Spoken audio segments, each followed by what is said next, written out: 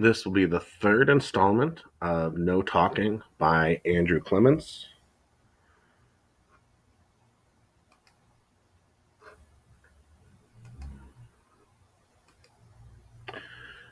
Chapter 8, Science Fiction. It was 4 minutes into the fifth grade lunch period when Mrs. Hyatt was pretty sure that any second now her alarm was going to start making that awful sound. Burp, burp, burp, burp. Because the principal was almost certain that she was still at home in her own comfy bed dreaming away. She had to be dreaming. But no, she looked at her watch, and it showed the same time as the large clock on the stage in the school cafeteria, 12:04. On any other day, Mrs. Hyatt would have already used her bullhorn at least once, because when half the fifth graders were standing in the food line and the other half were in the milk line or rushing toward their seat, there was always a terrific burst of yelling and calling out and wild chatter, sort of like feeding time at the zoo. Not today. There was no one talking at all, not one word. Over 125 children milling around the lunchroom, and not a peep from any of them. Today, the principal could hear the clattering of the worn out motor in the milk cooler, and she could hear the kitchen workers talking softly to each other, and she could hear the children's feet on the tile floors shuffling along through the lines. The quiet almost frightened her. Mrs. Hyatt felt like she was in a scene from a creepy science fiction movie. She actually liked a good scary movie now and then, but she did not like the ideas in her mind at this moment, because it seemed like aliens had possessed these fifth graders and zapped their brains. Or maybe some strange creature had nipped off all their tongues, left nothing but little stubs that couldn't make a sound. The principal shivered. Then she noticed a girl staring at her. Mrs. Hyatt realized she must have had a strange look on her face. As the girl sat down with her lunch tray, Mrs. Hyatt forced herself to smile and said, "Hi there, Sheila. How are you today?" Her voice almost echoed in the quiet lunchroom. Every boy in the milk line turned and stared at Sheila. The girls turned and looked too. Sheila gulped.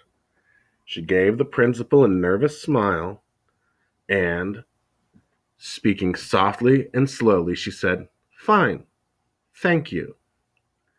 Mrs. Hyatt turned toward the milk line, and all the kids looked away, silently.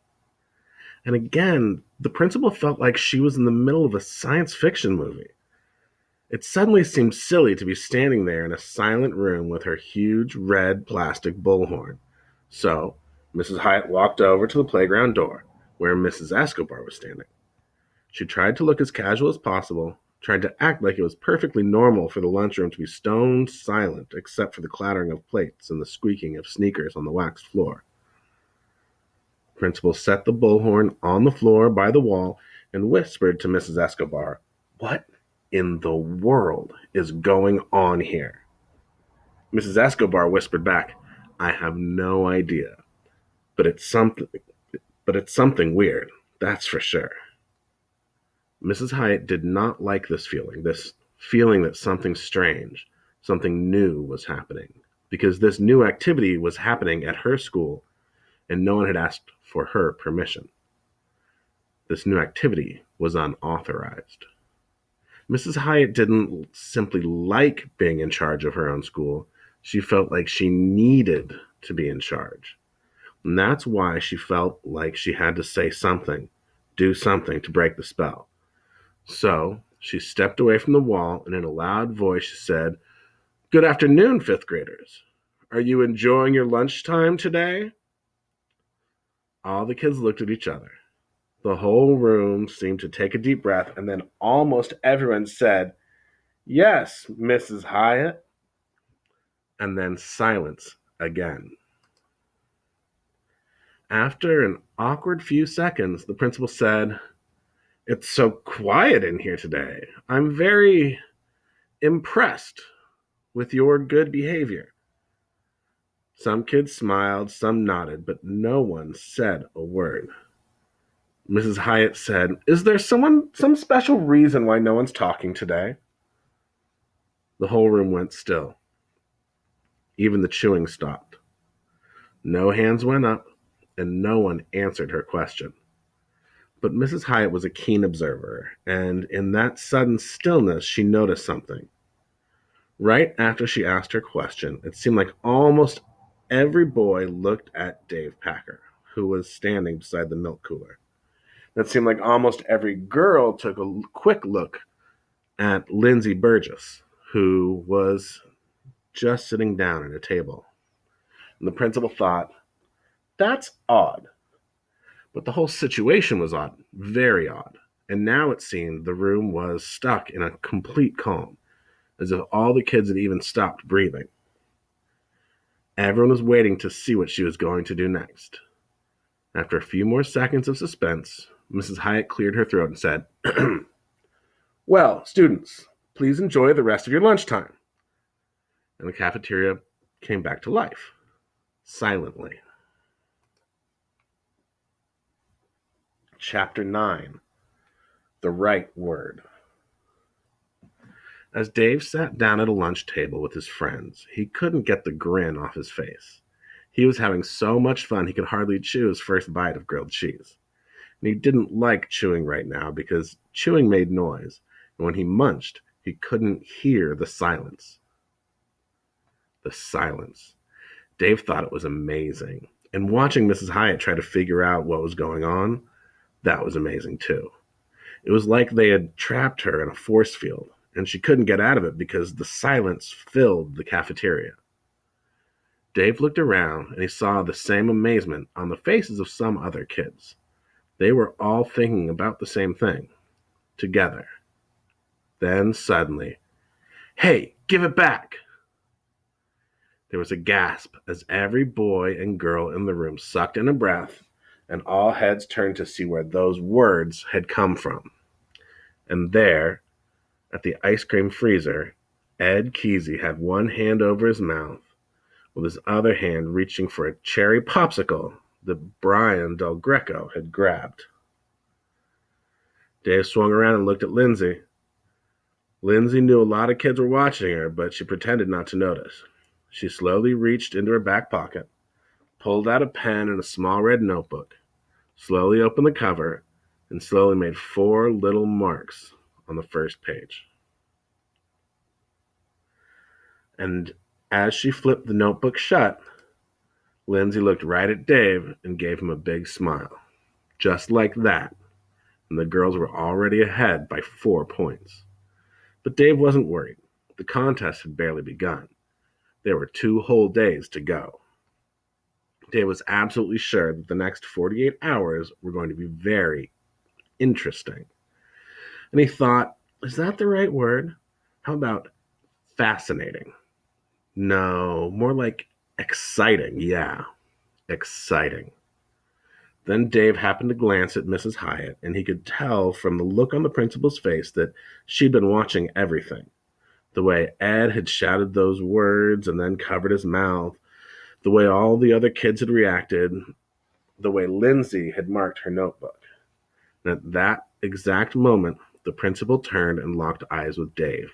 She stared right at him, with her eyebrows all bunched up in a puzzled knot. Dave quickly looked down at his lunch tray, and as he did, a new word popped into his mind, and he was pretty sure this one was also going to be a good word to describe the next few days. Dangerous. Chapter 10, Recess. Mrs. Marlowe was the 5th grade science teacher, and it was her day for outdoor recess duty. As she was gulping down a quick lunch in the teacher's room, Mr. Lipton, the custodian, stuck his head in the door and said, "Anybody want to see a miracle? Go check out the cafeteria. The 5th graders aren't talking today. Not even a whisper. It's like a funeral in there." But Mrs. Marlowe didn't have a moment to spare. She finished her lunch, grabbed her coat, and hurried outside to the playground through the gym. Even without the heads up from the custodian, it wouldn't have taken her long to figure out that something was different at outside recess today. Every teacher knows the sound of a normal, happy playground at lunchtime. Kids talking and yelling and chasing, and all the arguments about who's it and who's out and who ran faster. But today, Mrs. Marlowe could tell that a whole layer of spoken sound was missing, gone, absent, except not completely, because the kids did make some slip ups during their first wordless recess. Allie Bedford got caught whispering to Lena Henderson by the swing set, and when a group of boys stood and shook their fingers at her, she held up 8 fingers to show how many illegal words she had said. Christina Farley didn't have to confess because half the kids on the playground heard exactly what she said, loud and clear. She stomped her feet, stuck out her tongue at Rachel Morgan, and then shouted, "You're a terrible friend, and you lie, and you're selfish, and I don't care how many words this is, and you're mean too," which was 23 words. Christina's goof, plus the 8 words Allie whispered, meant that Dave got to record 31 points against the girls on his official short score sheet, which wasn't as fancy as Lindsay's red notebook, just a couple folded index cards stuffed in his pocket. But the boys weren't perfect either. Scott Vickers booted a kickball down the third base line, and when 2 boys made the foul ball motion, he yelled, "Foul? Are you crazy? No way! That ball was fair." And Scott would have kept on yelling, but Bill Harkness tackled him and clamped a hand over his mouth, which Scott bit, but not hard enough to make Bill yell any words. That incident cost the boys 10 points. And then there was the first case of trickery. Katie Edison snuck up behind Jeremy Stevens, who was standing by the sliding board, tapped him on the shoulder, and when he turned his head, she gave him a big, noisy kiss on the cheek. Jeremy howled and wiped his face and flew into a fit of cootie-itis. "Ew, yuck! What did you do that? Why did you do that? That's so gross! Yuck! Help me get this stuff off my face!" Which was 20 more points for the girls. Plus, Katie actually enjoyed her sneak attack. She'd had a top-secret crush on Jeremy for 2 months. Even though there were only a few word blasts, it certainly wasn't quiet out there, and it got noisier and noisier as the end of recess got closer. That's because everyone began to realize that this was not a contest to see who could be silent. It was just about not talking. Sounds were allowed as long as there weren't words. Dave was near the door of the gym and began whistling. He was instantly joined by 4 other boys. They whistled every song they could think of.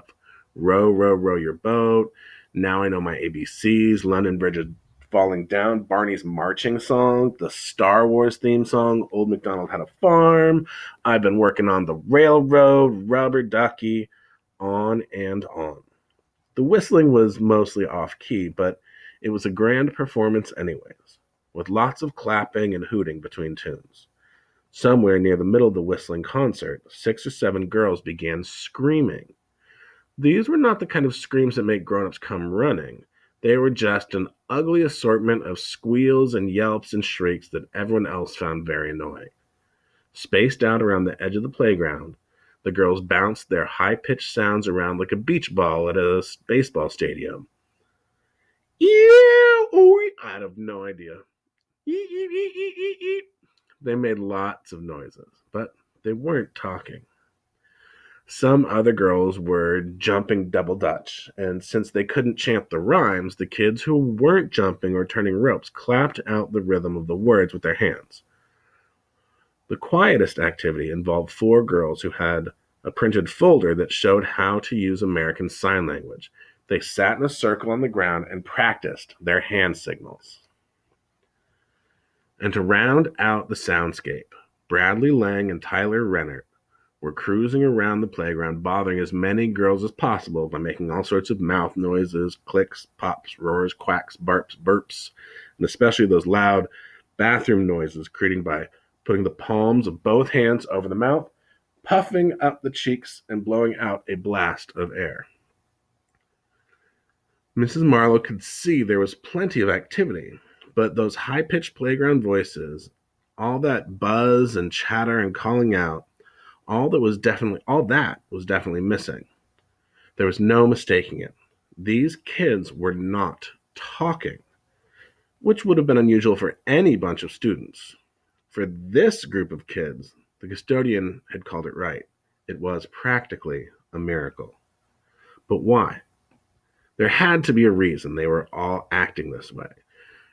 And as a science minded person, Mrs. Marlowe was curious. So, as she stood there thinking, Mrs. Marlowe began to adjust her afternoon lesson plan.